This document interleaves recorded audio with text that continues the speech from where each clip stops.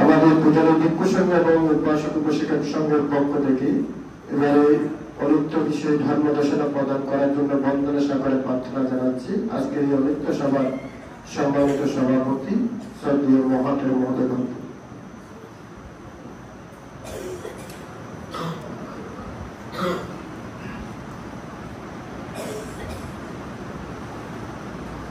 নয়টি গুণ সহ অনন্ত অচিন্ত গুণের অধিকারী ভগবান তথাগত সম্যক সম্বুদ্ধ, যার ধর্ম আচরণে সর্বপ্রকারের অবিদ্যার অন্ধকার থেকে, সর্বপ্রকারের ক্লেশা থেকে, সর্বপ্রকারের আশাওয়া থেকে মুক্ত হওয়া যায়, সেই ভগবান বুদ্ধির চরণ তলে সশ্রদ্ধে বন্দনা করছি।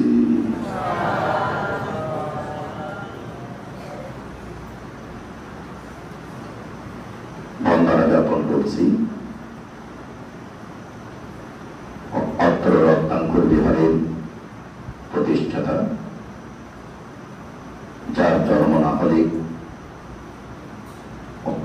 অত্র জনপদ ধর্মের আলোতে, শিক্ষার আলোতে আলোকিত হতেন না। পরম শ্রদ্ধেয় সংগনায়ক শ্রীমৎ চন্দ্রজ্যোতি মহাস্তবের মহোদয়ের পবিত্র চরণ তলে সশ্রদ্ধে বন্দনা করছি।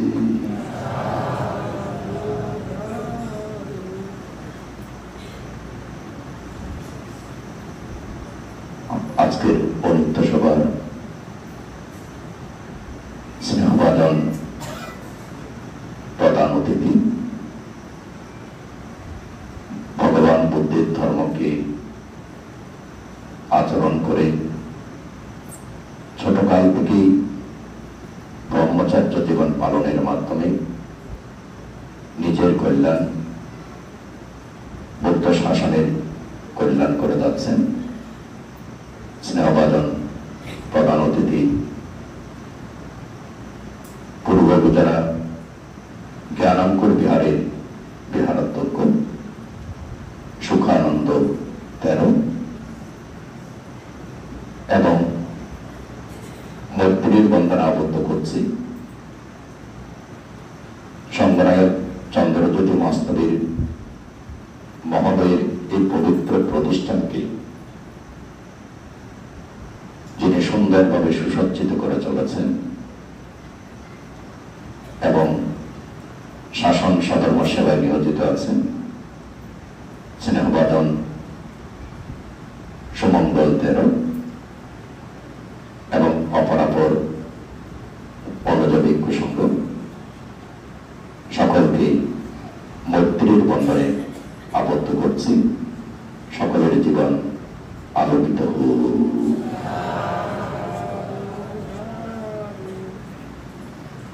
সম্মানিত পুণ্যার্থীগণ,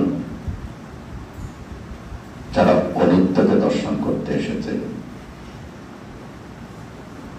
অনিত্যকে দর্শন করা মানে সত্যকে দর্শন করা। সেই অনিত্য দর্শনকারী পুণ্যার্থীগণ, আপনাদেরকে দান করছে আমার অতীতের জন্ম জন্মান্তর সহ বর্তমান জন্মের দানময়, শিলময়, পাবনাময় পুণ্য রাশি। নির্বাণাচ্ছা পাচ্ছে হতো সমস্ত পুণ্য রাশি আপনাদের নির্বাণ প্রাপ্তির হেতু।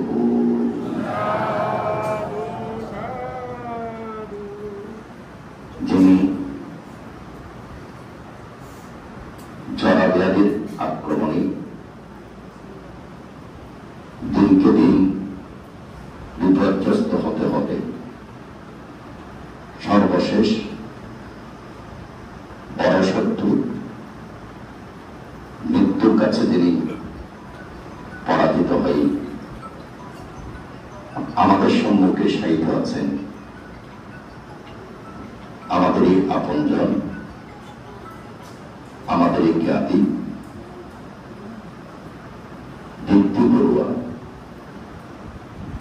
বড়ুয়াকে দান করছি আমার অতীতের জন্ম জন্মান্তর সহ বর্তমান জন্মের দানময়, শিলময়, পাবনাময় পুণ্যরাশি, নির্বাণাচ্ছা পাচ্ছের মতো সমস্ত পুণ্যরাশি নির্বাণ প্রাপ্তির হেতু।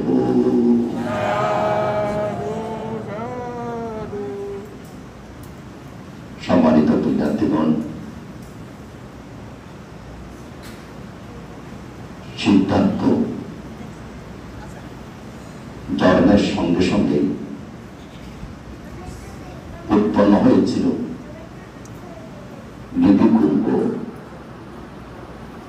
অডেল ধন সম্পদ। সে কারণে যখন সিদ্ধার্থ সংসার ত্যাগ করে 4 বছর কঠোর তপস্যার পরে অপরাজিতা পালঙ্কে আসন গ্রহণ করে সর্বজ্ঞতা জ্ঞান লাভ করেছেন। জ্ঞান লাভের পরে যখন তিনি কপিলা বস্তুতে আসলেন, সাক্ষ্য রাজ্যে আসলেন, সাক্ষ্য রাজ্যে আসার পরে যখন নিজ বাড়িতে তিনি ভিক্ষু সংঘ সহ উপস্থিত হলেন, তখন স্বয়ং গ্রহণ শেষে চলে যাচ্ছিলেন। ব্যাসদেবা তখন রাহুলকে বলেছিলেন, এই পুত্র, উনি তোমার পিতা, যাও তোমার পিতার নিকট থেকে তোমার ধন চেয়ে নাও, পৈতৃক ধন তুমি চেয়ে নাও। তখন রাহুল ছোট শিশু মহাকারণিক পুত্রের নিকট গেলেন, আমাকে পৈতৃক ধন দেন। একবার বললেন, আমাকে পৈতৃক ধন দেন। দুবার বললেন। যখন 3বার বললেন, তুমি কি পৈতৃক ধন নেবে? পৈতৃক ধন এখানে এক হচ্ছে সিদ্ধার্থের জন্মের সঙ্গে সঙ্গে যে নিধিকুম্ভের উৎপত্তি হয়েছিল, যে সম্পত্তির উৎপত্তি হয়েছিল, সেই এক সম্পদ। এবং আরেকটা সম্পদ হচ্ছে সিদ্ধার্থ 4 অসংখ্য লক্ষাধিক কল্প পারমিক পূর্ণ করে 6 বছর কঠোর তপস্যার মাধ্যমে অপরাজিত পালঙ্কে আসন গ্রহণ করে যে সর্বজ্ঞতা জ্ঞান লাভের মাধ্যমে যে অমূল্য সম্পদ লাভ করেছিলেন, সেই সম্পদ মহাকারণিক বুদ্ধ তখন চিন্তা করলেন, রাহুল পৈতৃক ধন চায়, তাকে কোন ধন দেব? তখন তিনি চিন্তা করলেন, তাকে যে ধন দিলে জন্ম জন্মান্তরের সুখের হেতু সৃষ্টি হবে, সেই ধনই আমি দেব। যে ধন পঞ্চবৈদিক 5শত্রু দ্বারা পরিবেষ্টিত, সেই ধন রাহুলকে দেব না। তখনই নিঃসন্তান রাহুলকে বিহারে এনে ব্রহ্মচর্য প্রদান করেছিলেন। কেন? পৈতৃক ধন প্রদান করার জন্য। সম্মানিত বিদ্যার্থীগণ, ঠিক আমাদের জন্মের সঙ্গে সঙ্গেও আমাদের প্রত্যেকের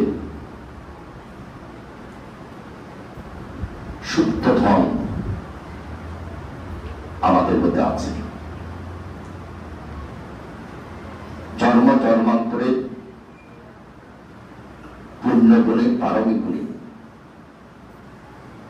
প্রত্যেকের মধ্যে নিধি সম্পদ সুপ্ত অবস্থায় আছে। সেই জন্ম জন্মান্তরে নিধি সম্পদটাকে আহরণ করতে জানতে হয়। যিনি জন্ম জন্মান্তরে নিধি সম্পদটাকে আহরণ করতে জানেন তার জীবন হচ্ছে আলোকিত। যিনি জন্ম জন্মান্তরের নিধি সম্পদটাকে আহরণ করতে জানেন না তার জীবনটা হচ্ছে অন্ধকারময়। জন্ম জন্মান্তরের যে আপনার নিধি সম্পদ সেটাকে আপনি আহরণ করবেন কিভাবে, তার উত্তর দিতে গেলে উত্তর আসবে কি, জন্ম জন্মান্তরের নিধি সম্পদ যে আপনার সঙ্গে রয়েছে সেই নিধি সম্পদটা কিসের কারণে রয়েছে। যেমন সিদ্ধার্থের সঙ্গে যে জন্মের সঙ্গে সঙ্গে নিধি সম্পদটা যেটা উৎপন্ন হয়েছিল সেটা কিসের কারণে? কারণ হচ্ছে সিদ্ধার্থের অসংখ্য লক্ষাধিক কল্পের যে পুণ্য, সেই পুণ্যের প্রভাবেই নিধি সম্পদ উৎপন্ন হয়েছিল। প্রত্যেক মানুষ জন্মের সঙ্গে সঙ্গে যে নিধি সম্পদ নিয়ে আসেন সেই নিধি সম্পদটাও তার অতীত অতীত জন্ম জন্মান্তরের পুণ্যের কারণেই আসে। আপনার পুণ্যের কারণেই আপনার জন্মের সঙ্গে সঙ্গে নিধি সম্পদ এসেছে। সেই জন্য দেখবেন ওই জ্যোতিষীরা গণার পরে বলে থাকেন আপনার সন্তান অনেক সম্পদ নিয়ে এসেছে, এটা কিন্তু বলে। কুষ্টি যারা বুঝে, কুষ্টি তো লেখা থাকে, একটু পড়লে আপনারা বুঝলেন লেখা থাকে কি, সে শিক্ষা, সে ধন কি কি নিয়ে এসেছে এটা কিন্তু লেখা থাকে। তাহলে এই যে জন্মের সঙ্গে সঙ্গে আপনি নিধি সম্পদ নিয়ে এসেছেন সেটা কেন? এটা আপনার অতীত জন্ম জন্মান্তরের কুশল কর্মের, পুণ্য কর্মের, দান কর্ম, শীল কর্ম, ভাবনা কর্ম, দশবিধ পুণ্য কর্মের কারণেই আপনার জন্মের সঙ্গে সঙ্গে সেই নিধি সম্পদ আপনি নিয়ে এসেছেন। তাহলে যে নিধি সম্পদ আপনি পুণ্যের কারণে নিয়ে এসেছেন সেই নিধি সম্পদটাকে যদি উত্তোলন করতে হয়, প্রাপ্ত হতে হয়, কারণ আপনার নিধি সম্পদ কিন্তু সুপ্ত অবস্থায় আছে, আপনার সঙ্গেই আছে। সেই সুপ্ত সম্পদটাকে যদি আহরণ করতে হয় তাহলে কিসের মাধ্যমে আহরণ করতে হবে? আপনার পুণ্যের মাধ্যমে আহরণ করতে হবে। কারণ আপনার পুণ্যের মাধ্যমেই এই নিধি সম্পদ আপনার নিকট এসেছে। ঠিক আবার বর্তমান জন্মের পুণ্যকর্মের মাধ্যমেই আপনার সেই সুপ্ত নিধি সম্পদটাকে আপনাকে জাগ্রত করতে হবে। যিনি পুণ্যকর্মের মাধ্যমে, কুশল কর্মের মাধ্যমে তার জন্ম জন্মান্তরের নিধি সম্পদটাকে জাগ্রত করতে পারে তার জীবন হয় আলোকিত সুন্দর জীবন। আবার অনেকে আছে জন্ম জন্মান্তরের পুণ্যকর্মের কারণে নিধি সম্পদ নিয়ে এসেছেন, কিন্তু জন্মের পরেই পারিপার্শ্বিকতার কারণে, বিবিধ কারণে যদি সে অকুশলের দিকে ধাবিত হতে থাকে অকুশলের কারণে তার নিধি সম্পদটা কি হয়ে যায়, লুপ্ত হয়ে যায়, প্রাপ্ত হয় না। দেখবেন আরো শুধুমাত্র নিধি সম্পদ নয়, জন্মের সঙ্গে সঙ্গে আপনার আয়ু সম্পদ আপনি নিয়ে এসেছেন। সে কারণে দেখবেন জ্যোতিষীরা যখন করে তখন লেখা থাকে আপনার আয়ু এত বছর, পুষ্টিতে লেখা আছে, দেখবেন ঠিক আছে না? তাহলে এই যে জ্যোতিষীরা করার পরে অনুযায়ী আপনার আয়ু এত বছর, তাহলে এটা আপনি প্রত্যেকে পেলেন। এটা আপনার আয়ু নীতিকেও, আয়ু সম্পদটাও অতীত অতীত জন্ম জন্মান্তরের পুণ্যকর্মের কারণে আপনি আয়ু নীতিটাও, আয়ু সম্পদটাও নিয়ে এসেছেন। কিন্তু আবার সেখানে উল্লেখ থাকে আপনি 80 বছর আয়ু নীতি নিয়ে এসেছেন, পাপে আয়ু ক্ষয়, পুণ্যে আয়ু বৃদ্ধি। তাহলে দেখা যাচ্ছে কি আপনি জন্ম জন্মান্তরের পুণ্যকর্মের কারণে আয়ু সম্পদ নিয়ে এসেছেন, সেই আয়ু সম্পদটাও আবার আপনার বর্তমান জন্মের কুশল কর্মের উপরে ভিত্তি করে নির্ভর করে। বর্তমান জন্মে যদি আপনি কুশল কর্ম সম্পাদন করেন, পুণ্যকর্ম সম্পাদন করেন, 3টা বয়স আছে, প্রথম বয়স, মধ্য বয়স, শেষ বয়স। যদি প্রথম বয়স থেকে আপনি পুণ্যকর্ম সম্পাদন করতে পারেন, তাহলে কি হবে, যে আয়ু সম্পদটা আপনি নিয়ে এসেছেন সেই পুণ্যকর্মের প্রভাবে সেই আয়ু সম্পদটা কি হবে, আয়ু সম্পদটা হবে রোগ মুক্ত, অর্থাৎ রোগহীন, এবং আয়ু সম্পদটা তখন বাড়তে থাকে। ঠিক আপনি প্রথম বয়স থেকে যদি প্রাণী হত্যা করা, মিথ্যা কথা বলা, পঞ্চশীল ভঙ্গ করা, এ সকল অকুশল কর্ম যদি করতে থাকেন প্রথম বয়সে,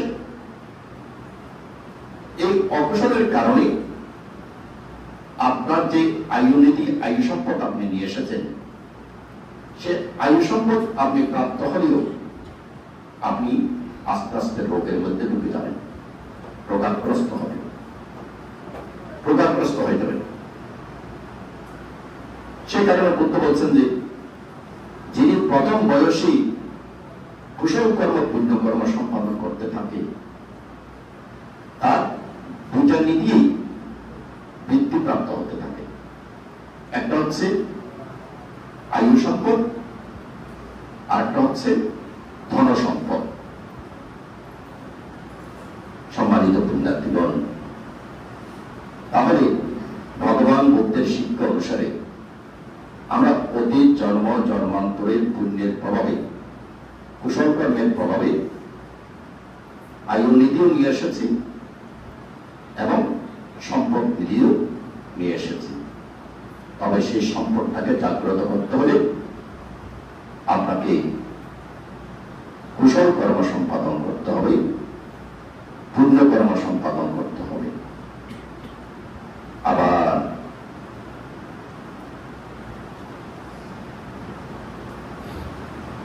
আপনারা তো অনেকে দেখেছেন, না দেখলে শুনেছেন, এই পৃথিবীর মাটির নিচে অনেক কি আছে, গুপ্তধন আছে। এটা কিন্তু সত্য, ত্রিপিটকতা বলে থাকি। যেমন ধরুন অনাথ বিন্দিক সৃষ্টি, আর সেই অর্পিত ধন পরবর্তীতে অনেক গুণ বেড়ে গিয়েছিল, দেবতাদের সহায়তায় যতটুকু ছিল তার চেয়েও বেড়েছে। কেন? ওই বিভিন্ন জায়গায় যে গুপ্তধন ছিল ওই সম্পত্তিগুলো সহ ওনাকে সংগ্রহ করে দেওয়া হয়েছিল, ওনার কাছে চলে এসেছিল। এই যে গুপ্তধন থাকে, সেই গুপ্তধনগুলো কিন্তু আবার যজ্ঞ দ্বারা, নাগ দ্বারা পরিবেষ্টিত থাকে, এমনিতে থাকে মনে করবেন না। সেই গুপ্তধন কিসের দ্বারা পরিবেষ্টিত থাকে? ইয়াক্ষা দ্বারা এবং নাগ দ্বারা। সে কারণে দেখবেন, লৌকিকভাবে আপনারাও জানেন, যখন অনেকে বলে যে, যেমন আগে আমাদের এখানে বিভিন্ন জায়গা থেকে আসতো, ওই ড্রয়িং নিয়ে নিয়ে আসতো, যে ওই কিছু কিছু জায়গা আছে, যেমন ওদিকে একটা সেবাগুলো আছে, যে অনেকে বলে যে ওইখানে নিধি সম্পদ আছে। আমরা ছোটকাল থেকেই শুনে শুনে আসছি, ওই সূর্যগুলা যেখানে হয়, এগুলো আমরা শুনে শুনে আসছি। তাহলে এই যে নিধি সম্পদগুলো,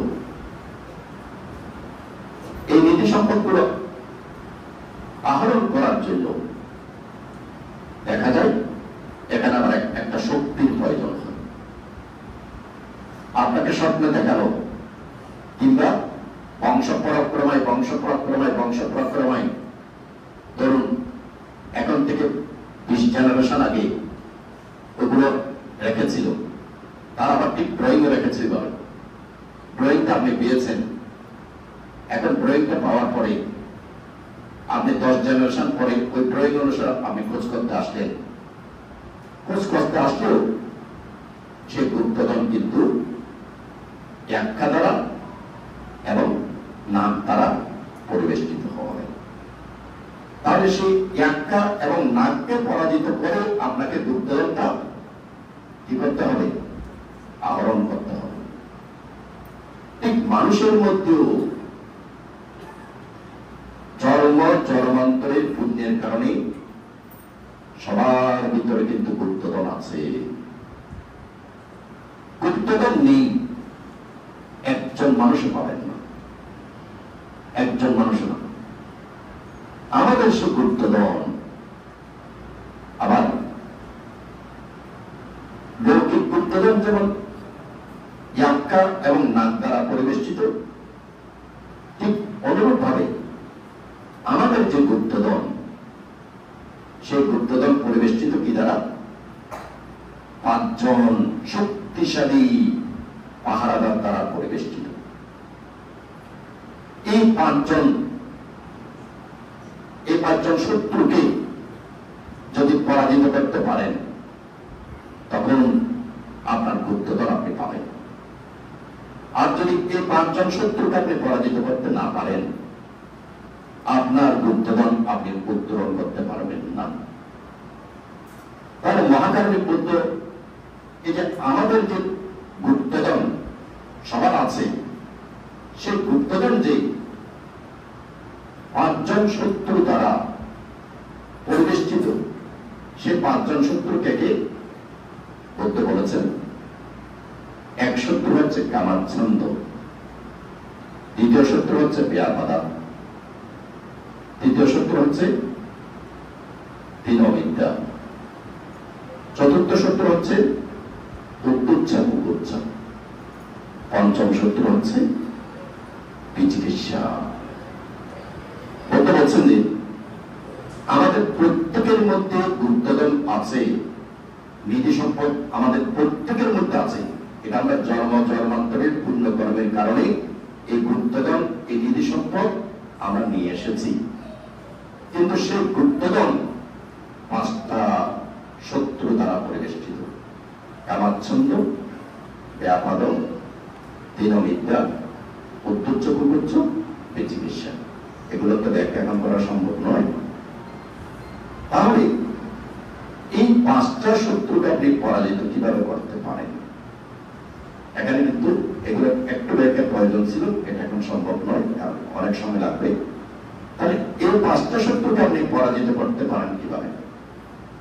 আবার এই 5টা শত্রু এই কামাচ্ছন্দ, ব্যাপাদ, তৃণবিদ্যা, উদ্যোচ্চ, কুকচ্চ, চিকিৎসা, এই পাঁচটা শত্রু কিন্তু শক্তিশালী করে দিচ্ছেন, শক্তিশালী করে দিচ্ছেন দুইজনকে। কাকে কাকে শক্তিশালী করে দিচ্ছেন? এই পাঁচটা শত্রু সদা সর্বদা শক্তিশালী করছে। এক হচ্ছে কি আমি, দুই হচ্ছে কি আমার। এই পাঁচটা শত্রুর কাজ হচ্ছে কিন্তু শক্তিশালী করে দেওয়া, আমি এবং আমাকে শক্তিশালী করে দেওয়া। এই তুমি পায়া চাক্কা ভিক্ষু, এই আমি কি ফুলানো, বলশালী করা, এই তোমার অমুক যশ, অমুক খ্যাতি, অমুক অমুক অমুক, এটা আমিকে শক্তিশালী করা। কে করে দিচ্ছে? যে কামাচ্ছন্দ, ব্যাপাদ, তৃণবিদ্যা, উদ্যোচ্চ, কুকুচ্চ, চিকিৎসা, তারা শক্তিশালী করে দিচ্ছে। যে এই পায়া চাক্কা ভিক্ষু, তুমি কম নাকি, তুমি অমুক সমুক, এটা আমিকে শক্তিশালী করে দিচ্ছে, আবার শক্তিশালী করে দিচ্ছে। যে আমার, ওরা সব তোমার তো, এই জ্ঞান তোমার তো, এটা তুমি বানিয়েছো তো, আমাকে শক্তিশালী করে দিচ্ছে। কে শক্তিশালী করে দিচ্ছে? ওই পাঁচটা শত্রু। এই পাঁচটা শত্রু যদি আমি এবং আমাকে শক্তিশালী করে দিতে পারে, তখন সেই মানুষ আর কখনো তার জন্ম জন্মান্তরের সেই নিধি সম্পদকে আহরণ করতে পারে না, নিধি সম্পদটাকে প্রাপ্ত হয় না। কারণ ওই আমি এবং আমারটা হচ্ছে কি সৎকায় দৃষ্টি, ওই আমি এবং আমারটা হচ্ছে কি অসার সাধ্য, ওই অসারটাকে শক্তিশালী করে দেবে। তাহলে ভগবান বুদ্ধ বলছেন যে আপনার ভিতরে যে নীতিকুম্ভ আছে, যে সেই নীতিকুম্ভটাকে যদি জাগ্রত করতে হয়, তাহলে আপনাকে সচেতন থাকতে হবে যে আমি এবং আমার এটা যেন শক্তিশালী না হয়। তুমি যেন তাকে চিনো, কারণ এটা যদি শক্তিশালী হয় তাহলে তুমি কাকে পরাজিত করতে পারবে না? ওই পাঁচটা শত্রুকে পরাজিত করতে পারবে না। কামাচ্ছন্দ, ব্যাপাদ, উদ্যোচ্চ, কুকুচ্চ, চিকিৎসা, এই পাঁচটা শত্রুকে পরাজিত করতে পারবে না। ভগবান বুদ্ধ আরো শিক্ষা দিয়েছে, এই আমি এবং আমারটা যেন, এই অসারটা যেন তোমার ভিতরে বলশালী না হয়, তুমি অনিত্যকে দর্শন করো। কাকে দর্শন করো? অনিত্যকে দর্শন করো। তুমি মরণাস্মৃতি করো। দীপ্তিগুরু প্রয়াত হয়েছেন, দীপ্তিগুরু আমাদের সম্মুখে চলেছেন, আমাদের সম্মুখে সারাটা জীবন, বিয়ের পর থেকে সারাটা জীবন ছিলেন। ঠিক এখন তিনি চলে গেছেন। এই জনপদ ওনার আর নয়, এই সন্তান ওনার আর নয়, এই সুনীল বড়ুয়া ওনার আর নয়, এই বাড়িঘর ওনার আর নয়। ঠিক অনুরূপ ভাবে তুমিও এই মরার স্মৃতি করে দীপ্তি বড়ুয়াকে দেখে তুমিও চিন্তা করো যে তোমার আয়ু 60 বছর চলে গেছে, তোমার আয়ু 60 বছর চলে গেছে। সামনে যে 20 বছর আছে, এখানে কিন্তু তোমার জরা ব্যাধি তারা অনেক শক্তিশালী। যেহেতু জরা ব্যাধি শক্তিশালী, 20 বছর থাকলেও তুমি কিন্তু আগের মতো চলে ফিরে কাজ করে নিজের কল্যাণ করবে, পরের কল্যাণ করবে, ধ্যান সাধনা করবে, এটা কিন্তু সম্ভব নয়। কেন?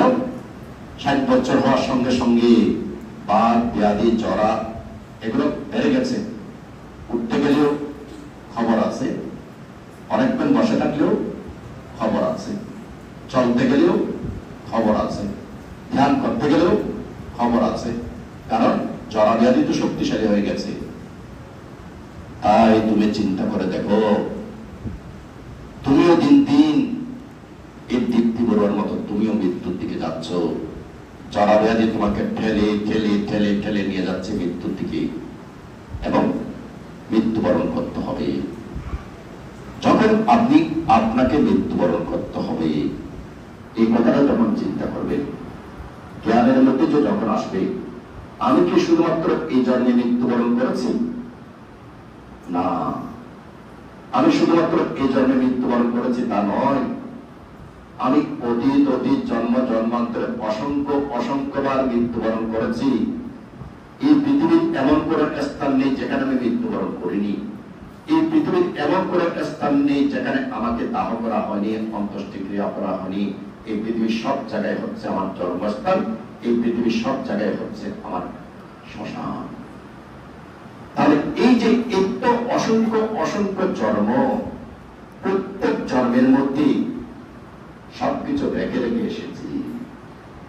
ছেলে মেয়েকে রেখে রেখে এসেছি, ধন সম্পদ রেখে রেখে এসেছি, রাজা হলে রাজ্য রেখে রেখে এসেছি। ঠিক এই জন্ম রেখে চলে যেতে হবে। কিছুই তোমার নয়, তোমার শরীরটাও তোমার নয়, তোমার শরীরটা তোমার নয়। তাহলে আপনাকে যখন আপনি নিজে নিজে এভাবে মরণাস্মৃতি করবেন, মরণাস্মৃতির মাধ্যমে যখন আপনার ভিতরে একটা জ্ঞান উৎপন্ন হবে, কি জ্ঞান? সবকিছু অনিত্য।